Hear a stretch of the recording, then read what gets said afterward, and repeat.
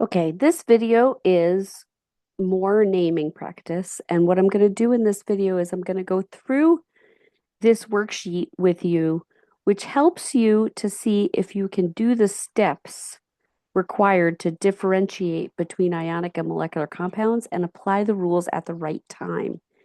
One of the major reasons why you're going to struggle with naming compounds and writing formulas is that there's really just a lot of steps and a lot of rules.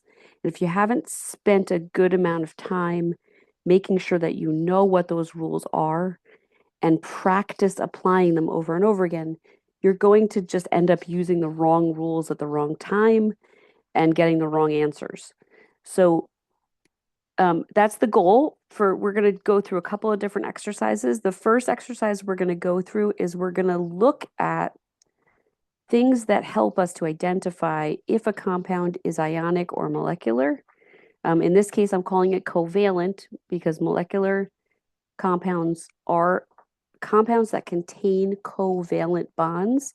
So those words are going to get used interchangeably. So if I say covalent, I mean molecular. If I say molecular, I mean that it has covalent bonds. So what we're going to do is we're going to go through and look at each compound. And for each compound, we're going to see what applies on this list. And that's going to help us as we move through the worksheet to understand when do we use certain rules and how do we determine if something is ionic or not. Okay, so here's my compound, sulfur dioxide. Okay, if I were to pull up, you should take out your periodic table right now, and possibly take notes on this in your notebook. And please, feel free to pause me whenever you need to so that you have time to write stuff down. So if you're looking at your periodic table, you should be looking all the way to the right. Please don't forget that sulfur is S. That's a symbol for sulfur. It is in group 16. So if you're looking at the numbers at the top of the columns, and then if you're still struggling, this is di, which is a Greek prefix, and then oxide, which means oxygen. So the element I'm talking about is oxygen here. So this is sulfur and oxygen. If you look, sulfur and oxygen are actually in the same column. They're both in group 16. And that means that I have two non-metals. So I don't have a metal. I don't have a metal. My requirements for a compound to be molecular at your level of chemistry, meaning that there are other types of compounds out there. So don't think this is fixed forever. If you go beyond me and take other chemistry courses, you're going to see that there's a lot more out there. But for your level, molecular compounds will be binary. That means that they will only have two elements, and they will have both of those elements will be not metals. So this is sulfur and oxygen. Both of them are not metals. There's only two of them. So it is binary. So if it's binary, that means it does not have a polyatomic. Does it have Greek prefixes? Ding, ding, ding. Di is a Greek prefix. Please keep in mind that you are responsible for memorizing the Greek prefixes for naming. These are different than the Greek prefixes for the metric system. These are mono, di, tri, tetra, penta, hexa, hepta, octa, nona, and deca. They are not on a reference table. You have to know what they are. Okay, this does have Greek prefixes. Oh, yes, it does. So that's a clear second sign that this is a molecular compound because only molecular compounds are allowed to have Greek prefixes. If this is a molecular compound, I do not need to balance charges. That's only something you do with an ionic compound. And so I have identified that this is a covalent compound, not an ionic compound. Okay. All right, let's go to number 2. Ammonium chloride. Well, if you know your polyatomic ions, you should recognize this. Ammonium is a polyatomic ion. Okay, once something contains a polyatomic ion, it is indeed an ionic compound. Okay, it does not have a metal though. So this is not an ionic compound because it contains a metal. It's an ionic compound because it contains a polyatomic ion. Ions, to refresh your memory, are charged particles. They have charges, and that's why they bond using their charges by their opposite charges. So positive ions are attracted to negative ions. It's different than covalent bonding, which makes molecular compounds. And that's why we have different naming rules for them. Okay. So if it contains an ion, it is made of ions. It is a polyatomic ion. It is an ionic compound. So this does not have any Greek prefixes. Do I need to balance charges? Yeah, actually I do, because this is an ionic compound. So I have to balance charges. So this is ionic. This is not covalent. Now, if you don't know your 6 polyatomic ions, you really need to spend some time at least getting familiar enough with them to recognize them, because otherwise you could have been sitting here for 10 minutes trying to find ammonium on the periodic table. It's not an element. I mean, it's made of elements. It's 2 different elements. All right, next one. Iron 2 carbonate. So iron definitely is a metal. Excellent. I have a metal and something else, so I am definitely dealing with an ionic compound here, not a covalent compound. Covalent compounds have to be binary. Covalent compounds have to have all non-metals. Iron, please don't forget the symbol for iron is Fe. This is a transition metal. It's right in the middle, smack in the middle of the table, number 26. Does this have a polyatomic? Yes. Once again, if you memorized your 6 common polyatomics, you're going to recognize this because you know this. But also another way, if you're still a little bit behind, is to look at that ending. An ATE ending is a clear sign that there's a polyatomic ion. Okay, so this does have a polyatomic. Does it have Greek prefixes? No, and it should not have Greek prefixes because only molecular compounds have Greek prefixes. And we already said this is ionic. And do you need to balance charges? Yes, you always need to balance charges on an ionic compound. So hopefully just by going through this with me, pause if you need to pause, take notes. You're going to start to hear that there's repetition in the rules and when I'm using them. And I'm basically showing you how I think my way through this so I know which rules I'm going to use. Okay, for right now, we're not going to actually attempt that. We're just going to make sure we know what type of compound we're dealing with, right? So the first one was covalent. The second and third one were ionic. Okay, let's change colors.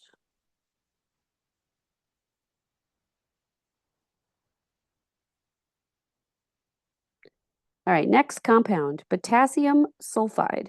Now you should have your periodic table out one more time. Potassium, which is K.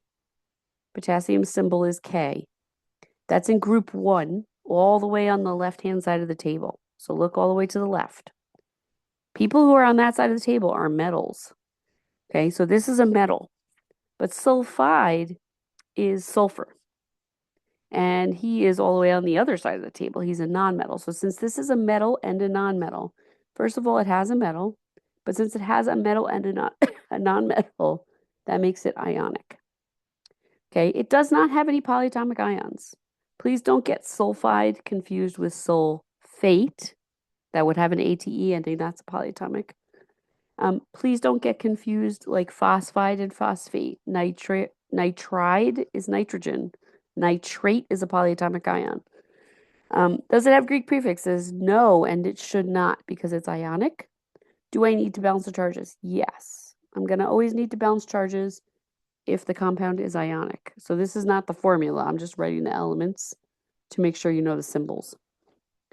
All right, we're just going to clear this for a sec and then scroll down.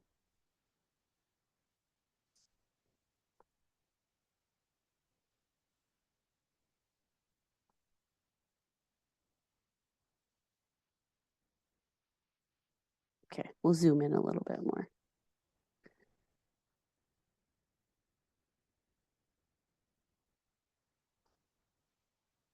All right, get ready to start taking notes again. Next one, sodium nitride. Now, I have caught quite a few people who don't know the symbol for sodium yet. That I find upsetting. Please make sure that you know that sodium is Na. Okay, this is also go to the left of your periodic table. This is in group 1. That's the first column. Okay, sodium is most definitely all the way to the left, so he's a metal. Okay, nitride lives on the other side of the table, so they are definitely not a metal. They're all the way on the other side of the metalloids. So nitrogen, nitride, see how that ending is IDE, not ATE or ITE? That's just regular nitrogen. Okay, so yes, this has a metal. If it has a metal and a non-metal, it is ionic. Okay, it has no polyatomics. Don't get mixed up between nitride and nitrate. Nitrate is something different. Again, we have identified this as ionic. Once something is ionic, it should not have Greek prefixes. Do I need to balance the charges to get the formula right? Yes. I don't have the charges. I'm not doing that right now. All I'm worrying about is making sure that I know which category I'm in, so I use the right rules. All right, next one. Phosphorus pentachloride. Ooh, ding, ding, ding. That's a Greek prefix. Okay, so if you have a Greek prefix, you are most likely dealing with a molecular compound at your level of chemistry. Okay, so you've got a Greek prefix, and if you look to the right of your table, phosphorus is in group 15, chlorine is in group 17. Both of them are not metals. Okay, so this is two non-metals, and you've got Greek prefixes. This is definitely a covalent compound or a molecular compound. Okay, therefore, it's not going to have a metal. It's not going to have a polyatomic because that would make it ionic, and you don't need to balance charges. You only balance charges when your compounds are ionic. Okay. All right, next one. Magnesium and hydroxide. There's two things going on here. First, magnesium is Mg.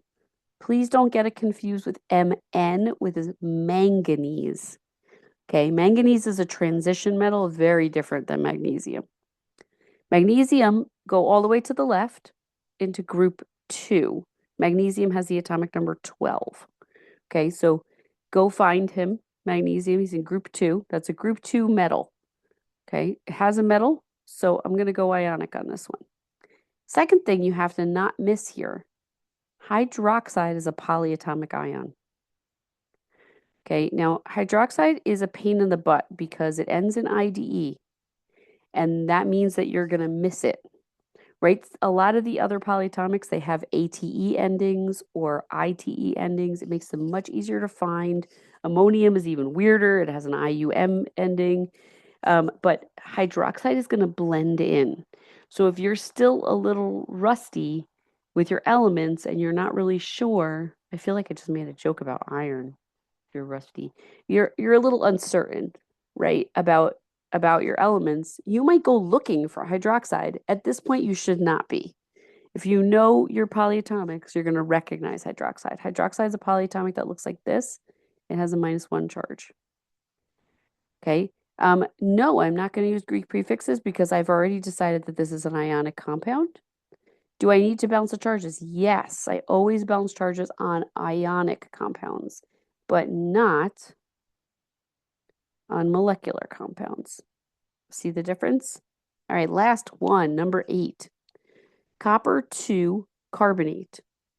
So copper is my favorite element, so you might be pretty familiar with it by now, is most definitely a metal. Okay, that is the metal that pennies are covered in. It is the metal the Statue of Liberty is made of. Copper, it's an important element. Most electrical wiring, a lot of electrical wiring is made with copper. A lot of plumbing is made with copper.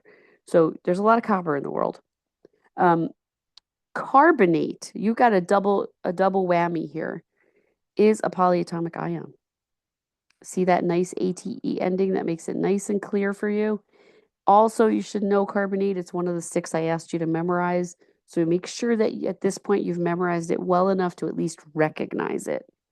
Okay, because you need to be able to recognize it in its formula form with its -2 charge or as a word. Okay, being able to recognize these really is going to speed up your work a lot. Okay, and copper, don't forget copper is Cu not CO. CO is cobalt, which is a different metal. Okay. Because we have more than one element that starts with CO, copper, well, I think just copper has always had its Latin name because it's an element we've had in our lives for literally thousands of years. It's one of the first metals human beings ever worked with was copper. We really love copper a lot. It's not just me, you guys. It's everybody through human history. They just love copper. All right. Ionic, because it's got a metal. So it's definitely not covalent. It's definitely not going to have Greek prefixes. Only people who are molecular or covalent get Greek prefixes. Do you need to balance the charges? Yes.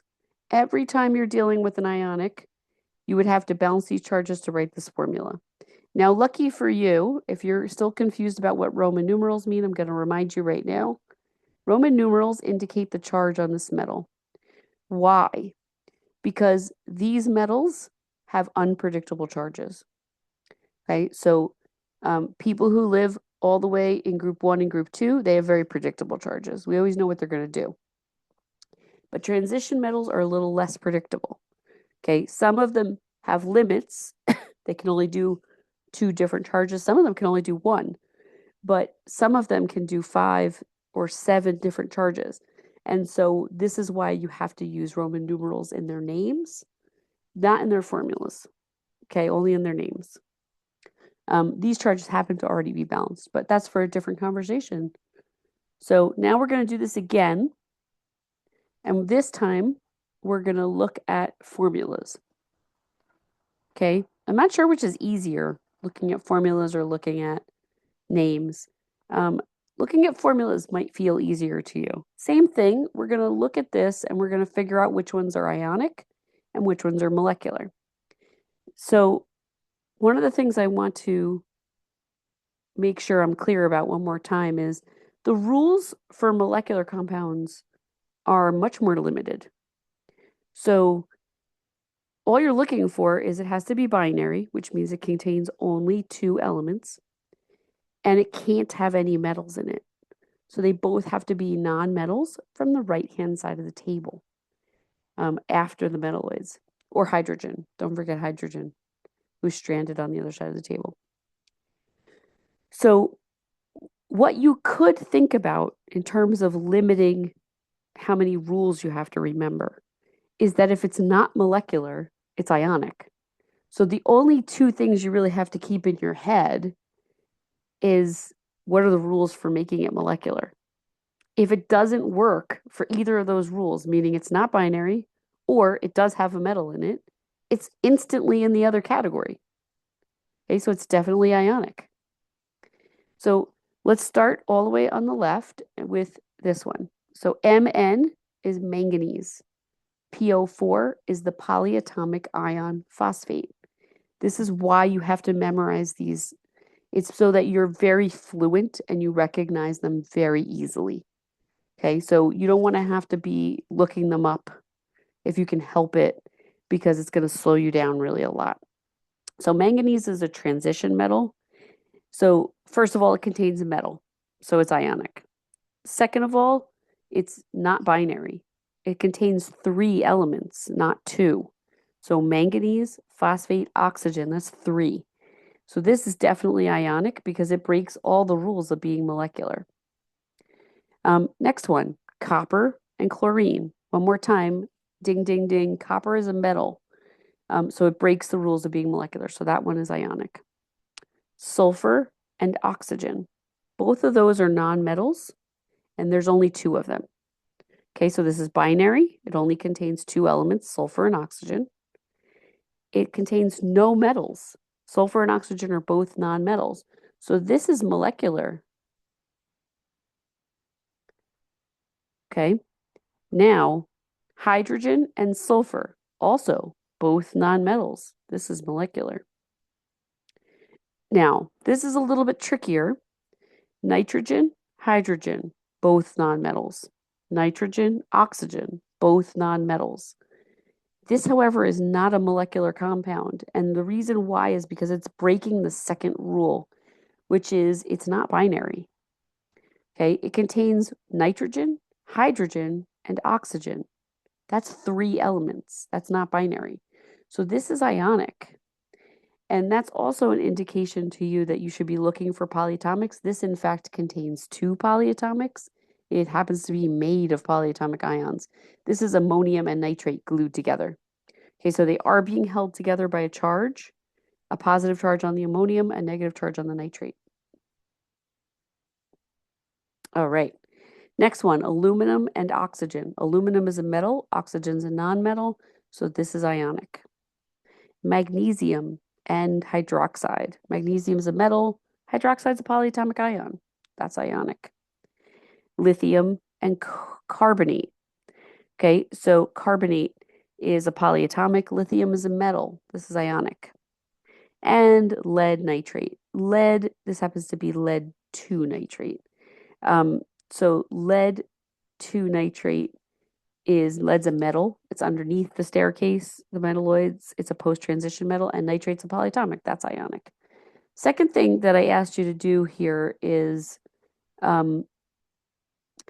go ahead and put a star next to the ones that when you write their names, you're going to need to figure out their charges and give them Roman numerals.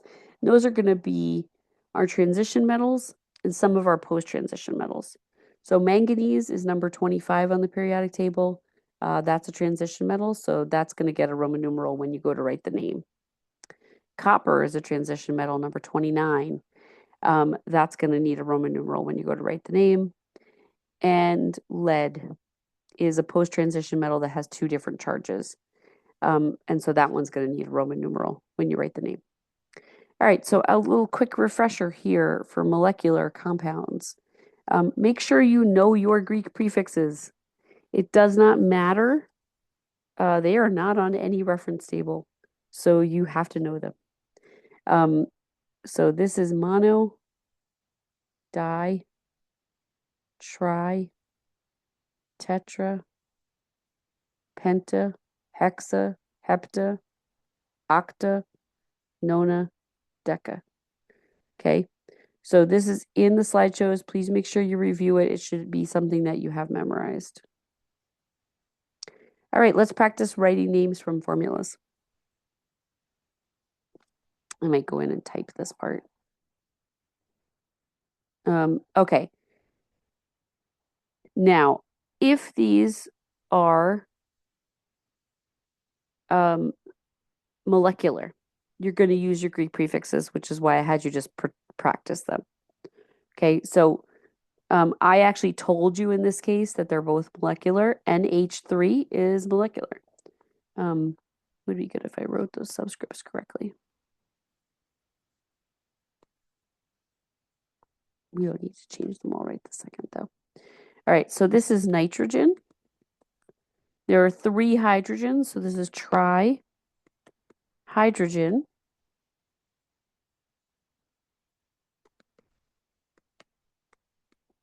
And I'm going to go ahead and take off the ending of hydrogen and change it to IDE because that's how the second half of all names end. All chemical names end in "ide" usually, except for if you have a polyatomic or something like that. Okay, let's do it again. I have 2 nitrogen, so I'm going to do di-nitrogen. There was a little bit of confusion about this, about you don't have to put a prefix on the first one. You do have to put a prefix on the first one. The only time you can get away with not doing it is if you only have one of them. So if you only had 1 nitrogen, you can just say nitrogen because saying nitrogen tells me I have at least 1. But if you have 5, if you don't put penta, there's no way for me to know you have 5. So you have to tell me in the name. So this is dinitrogen and dioxygen. Go ahead and take that ending off and change it to "ide," dioxide. Okay, now this capitalization is not correct. I'm doing it so you can see where the prefix is and where the name is. Okay, I've got here 4 phosphorus and 10 oxygen. I want to make sure those are clearly subscript, sorry. So tetra phosphorus. Okay, I am not changing the ending of this. Phosphorus, you leave the ending, the element alone. Okay, some people are changing the ending on phosphorus, and I think it's because you just don't know your elements well enough.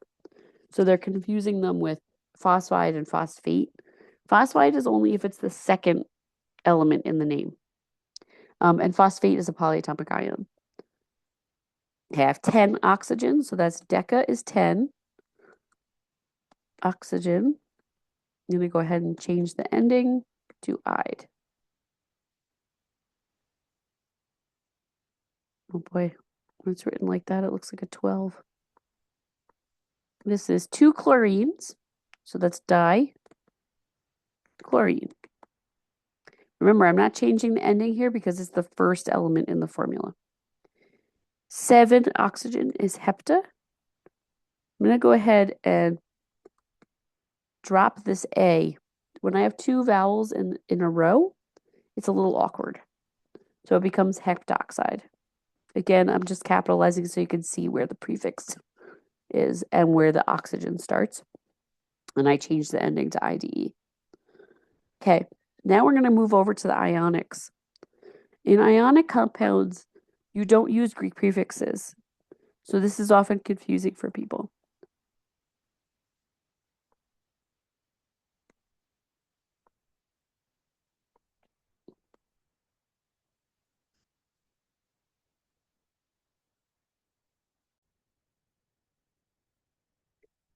So just to be clear about why don't you need Greek prefixes, these are 2 different types of bonding, meaning that the way that these atoms are attaching or bonding to each other is different from the way that these atoms are attaching or bonding to each other. When these atoms attach or bond, I'm talking about the ionics right now, they are doing it by balancing their charges. So I can predict how many of them will be able to go together, right? Like 1 positive can take 1 negative. And so when I write the name, you don't have to tell me how many there are because I'll be able to figure it out by balancing their charges. These guys, they're not bonding that way. They're actually doing something completely different. They're doing something called sharing their electrons. This means that they can create these really large and weird molecules like 2 chlorines and 7 oxygens. Okay, that's the reason why when you guys accidentally try to balance their charges, it doesn't make any sense. It's because they're not bonding that way. And that's why it's not adding up correctly. Okay? So that's why we use Greek prefixes over here because there's no way for me to know when they bond that way how many of them are going to be able to come together. They're literally like holding hands as opposed to being attracted to each other like magnets. So these guys, because their bond is based on their charges, I don't need Greek prefixes because I can make predictions about what their formulas will be based on my knowledge of their charges. Okay, so for this one, I'm allowed to just say sodium bromide. No monos or anything else. Okay, and I'm going to skip down to this one for a sec. This is calcium, and this is the polyatomic carbonate, which you need to be able to recognize. Okay, when you do a polyatomic, the nice thing about them is that you don't have to do any work with them. You just tell me what they're called. Right? Now, these 2 that are starred, they contain transition metals. So I have to figure out before I write their name. Right now, I can tell you what charge is on this chromium. I can tell you because I can figure it out based off of what's attached to it.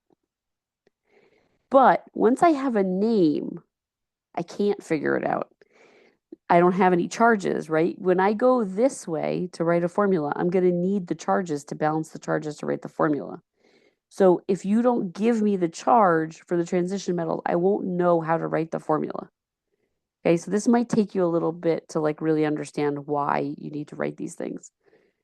So I'm going to use who he's attached to figure out this charge, and then I'm going to write it so that the other person who has to try and write the formula from this knows what they're supposed to write. Okay, so this is 3 chlorines. Chlorine is in group 17. It has a -1 charge. So 3 of them would add up to a -3. So this must be a +3 in order to balance it out and make it 0. So if you're having trouble balancing charges, we'll do that. That's in another video. I already did it actually in another video. Um, so this is going to be chromium. No, I don't need to write it that way.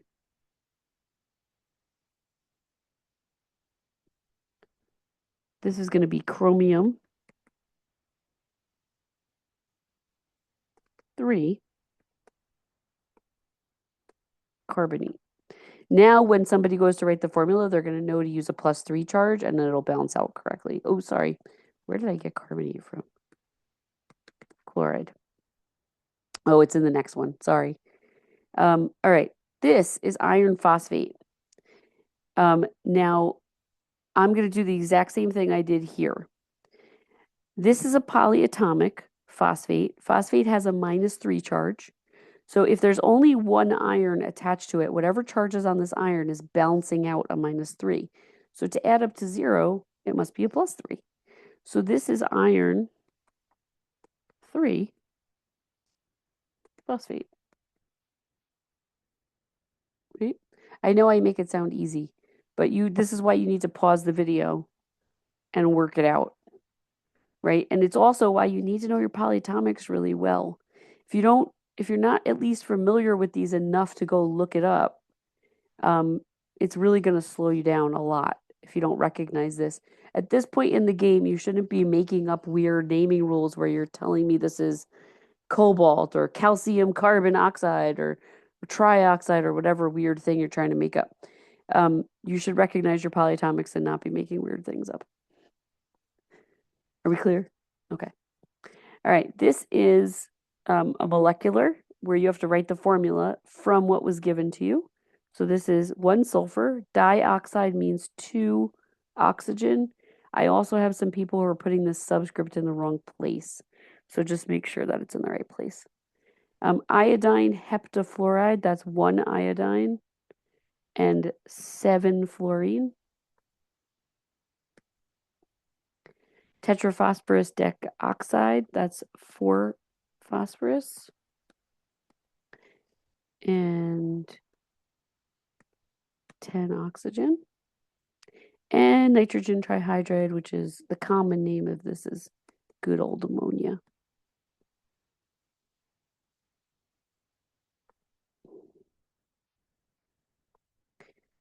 All right, since these were molecular, that was pretty easy because all you have to do is read the Greek prefix and then it tells you what to write in the formula. But for these guys, we're going to have to do some charge balancing, right? So there's a little reminder here. Simple binary ionic. These compounds will have a metal and a nonmetal. These metals are simple. They're going to have easy to predict charges. So we're just going to balance the charges quickly to add up to 0. So there's an example here of what that looks like. Sodium has a +1 charge. Nitrogen has a -3 charge. So that's going to require you to put 3 sodiums.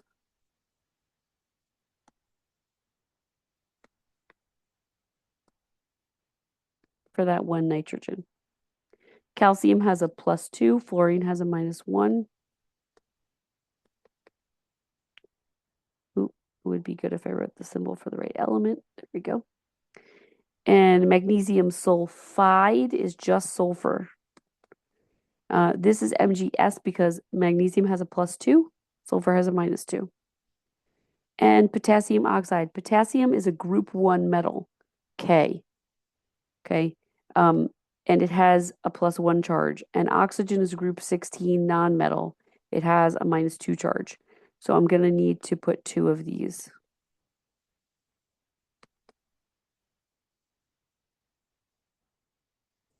All right, at this point, I think this video is a bit long, so I'm going to stop here. Let me see, maybe. Yeah, I can get through. Where's left? Oh, it's just 4 more. Okay, let's do these. These have polyatomics? Okay, so these have polyatomic ions. So I'm going to talk you through the balancing. So if you need to, go back and listen to what I say, write it, pause the video, write it out, look at the charges, balance it, and then go back and look at what I wrote so you understand how to write it with the polyatomic. Okay, because polyatomics can be a little tricky with the when do you do the parentheses and when do you not do parentheses. Okay, so a sodium has a +1 charge. Nitrate has a -1 charge. So those charges are already balanced. So I'm just going to write NaNO3. Okay. Calcium has a +2 charge, but hydroxide has a -1 charge. So I'm going to need to put 2 hydroxides. The problem is if I do it like this, it will look like there is only 2 hydrogens. And I mean to say I want 2 of the whole polyatomic. So I'm going to put that in parentheses. Okay, magnesium carbonate. Magnesium has a +2, carbonate has a -2. So this is really not tricky. It's already balanced. So I'm just going to write it. And calcium phosphate. So this is a +2 and a -3. Okay, that's a little trickier. A +2 -3 charge balance means that you're not going to be able to make them even. So without bringing them to a common multiple. So you're going to make them both multiply to 6. So that means if calcium has a +2, you're going to need 3 of them. And phosphate has a -3, so you're going to need 2 of them.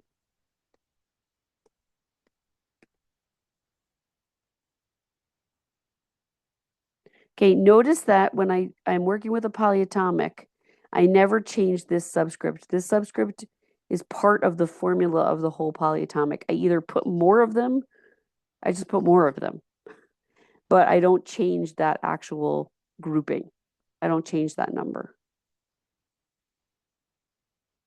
All right, so there's a little bit of a writing explanation up top. And that's why you put it around the entire polyatomic. Don't break anything up. Don't get distracted by the other subscripts. All right, now we're done.